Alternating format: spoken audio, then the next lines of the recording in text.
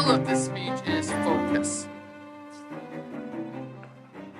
So as human beings, as extensions of source energy, as children of God, we are all born to create. We want to experience. We deeply desire to exercise creative control in our life. This requires focus. And this focus is exercised by our mind. Our mind is where we work on focusing. Now, over the last couple of weeks actually, I've discovered 3 practices that help me to focus, and then I'll describe what changed, something that's changed for me as a result of this focus. The first tool, aid to focus, is exercise, movement. Last night at my Zoom karate class, my sensei wanted to do a tradition, something he's done traditionally, which is bring in the new year with a lot of punching.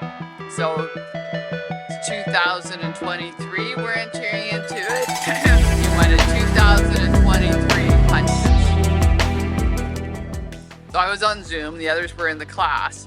It took about 45 minutes of being in a lower stance and punching, just non-stop, right? At a certain point through this process, I realized that it was being enormously helpful to me in learning how to focus. It was clearing my mind of so many distractions and worries, complaints, negative feelings. They just basically evaporated in the process of punching. And I felt, even though I could feel my legs getting a little wobbly, or my arms are getting sore, or that's a long time to be punching, 45 minutes. And you only do it once a year. It's not so, I've built up to it. But there was a real sense of I could feel myself settling into it and actually experiencing this well-being. And I told myself, focus on that feeling, this lovely feeling of detachment that you're having. This opportunity doesn't come along that often, that you're going to be engaged in this once a year, right? And so take advantage of this. And it's going to end at some point, but you can just allow yourself to rest in that sense of a focused activity, physical activity. It's great. I woke up this morning. I went to bed, slept really well, and woke up no aches and pains whatsoever, which is great. So I felt good. So that's a physical activity, and I am training every day. I do some sort of karate training, so that's the purpose of that, learning to focus my mind through my body. Okay, the second thing that I've learned over the last few weeks is how wonderful it is to play online games like solitaire. There's one that's a little puzzle where you form geometric grids, and they're on this online advent calendar I gave to my granddaughter, but I also got one for myself, and she showed me where all these little games were in this one room in the house, in this beautiful advent calendar. And there is nothing that is so soothing to me as sitting down with my iPad and opening up one of these games and playing solitaire. I was brought up in a Mennonite household where we didn't have cards. There were no card games. They were considered sinful in the fundamentalist churches. So I didn't really know how to play solitaire, but I've been learning and really enjoying it the more I do it. And I think that was one reason I was a little late today, was because I had to play one more game, figuring out, but I could automatically, my mind clears and I can have a sense of because I'm focusing mentally on this game, that other kinds of negative feelings that might drag me down, they evaporate as well. So this is I realized, oh, this is another tool to clear my mind, gain clarity and focus. Very useful. The third one is listening to music. And I've been listening to a lot of classical music. Over the holidays, also I discovered that I could listen to music on YouTube that would go on for 12 hours. I had no idea. And while I'm doing that, it's the perfect time to get out my art supplies. I have various art projects. I have lots of art odds and ends and pictures and things that I've done over the years. And when I tune into the music, it really so helpful in tuning into that playful spirit where I just want to do something and just enjoy a process of maybe doing a little printing, printmaking, embellishing, maybe even just put a coat of gel over something I've already done and notice, oh, it's very shiny now. Just think about it all. Let's have it all out. And it all is very actually nice and organized. And I have little boxes where I put little pictures that I've done. So I have a little, and my feeling about it is quite different in the past. It's just a very playful feeling. And looking at all these pieces from my past. So how I've been using this sense of focus, what it's helped me to do is to know my own mind better. I've learned a lot about myself in the past few weeks.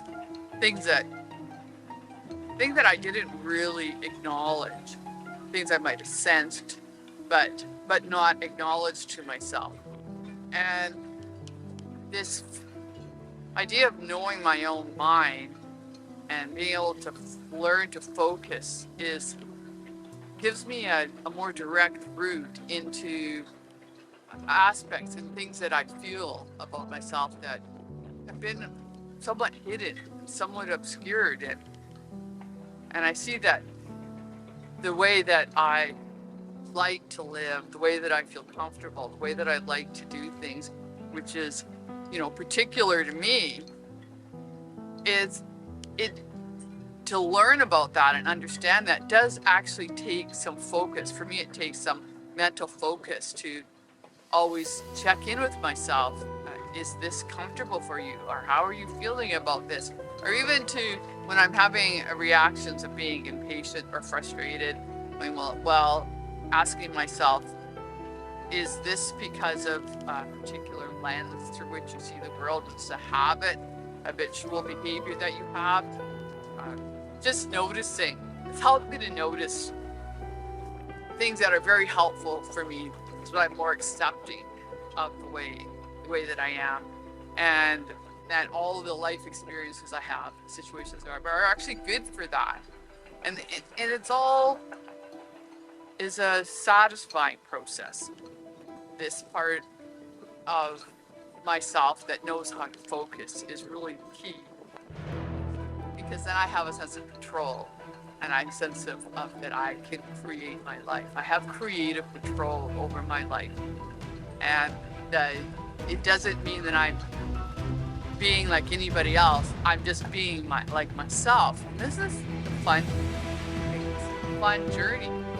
There's always more to learn, and we're just at the beginning of the year, so I'm excited about this year. Thank you. Thank you, Laurel, for your icebreaker speech titled Focus. I think you had a beautiful structure. You gave us 3 new discoveries about how you can focus. The first one was sort of a surprise to you as you were doing your karate exercise. And the second one was the games, which was not your usual family thing. So that was neat. And then I like the idea that you gave your granddaughter the same. So you're sort of in sync with that generation and use of technology. Bravo. And then the third one, listening to music and actually rediscovering that what you used to do and always have loved, and looking at past artwork and reintegrating it, and just beautiful.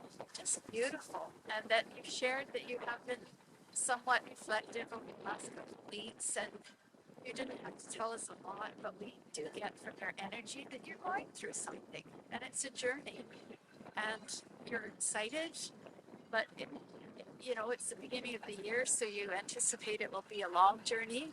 And so I did feel your conclusion matched your beginning. It's a very lovely piece.